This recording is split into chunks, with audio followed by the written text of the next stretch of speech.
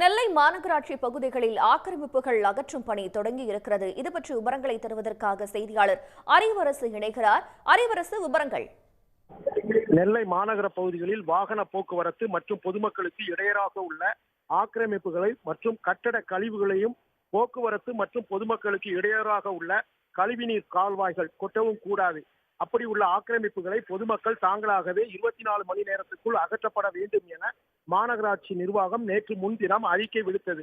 இதனைத் தொடர்ந்து இன்று மாநகராட்சி நிர்வாகம் ஆக்கிரமிப்புகளை அகற்றும் பணிகளை தொடங்கியது. அதன் அடிப்படையில் இன்று முதல் கட்டமாக நெல்லை மாநகர பகுதியில் உள்ள வண்ணாரப்பேட்டை செல்லப்பாண்டியன் சிறையில் இருந்து டவுன் ஆர்ச்சி வரை உள்ள பகுதியில் உள்ள ஆக்கிரமிப்புகளை அகற்றும் பணிகளை இன்று காலையிலிருந்து மாநகராட்சி அலுவலர்கள், காவல்துறையினர், வருவாய்த்துறையினர் மற்றும் நெடுஞ்சாலைத்துறையினர் ஆகியோர் இந்த பணிகளை செய்து வருகின்றனர்.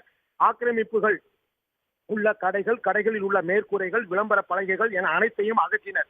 மேலும் தனியார் நிறுவனத்திற்காக சாலையோரம் நிறுத்தப்பட்டிருந்த ஜெனரேட்டர்களையும் அவர்கள் அகற்றி வலியுறுத்தியதோடு அதற்கு அபராதமும் விதித்தனர். தொடர்ந்து மாநகராட்சி அதிகாரிகள் இந்த ஆக்கிரமிப்பு பணிகள் வருகிற ஜனவரி 31ஆம் தேதி வரை தொடர்ந்து மாநகராட்சியில் உள்ள பல்வேறு பகுதிகளில் இந்த ஆக்கிரமிப்பு பணிகள் நடைபெறும் எனவும் அவர்கள் தெரிவித்துள்ளனர்.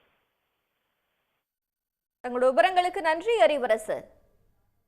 உடனுக்குடன் செய்திகளை தெரிந்து கொள்ள சன் நியூஸ் பெல் ஐகானை கிளிக் பண்ணுங்க.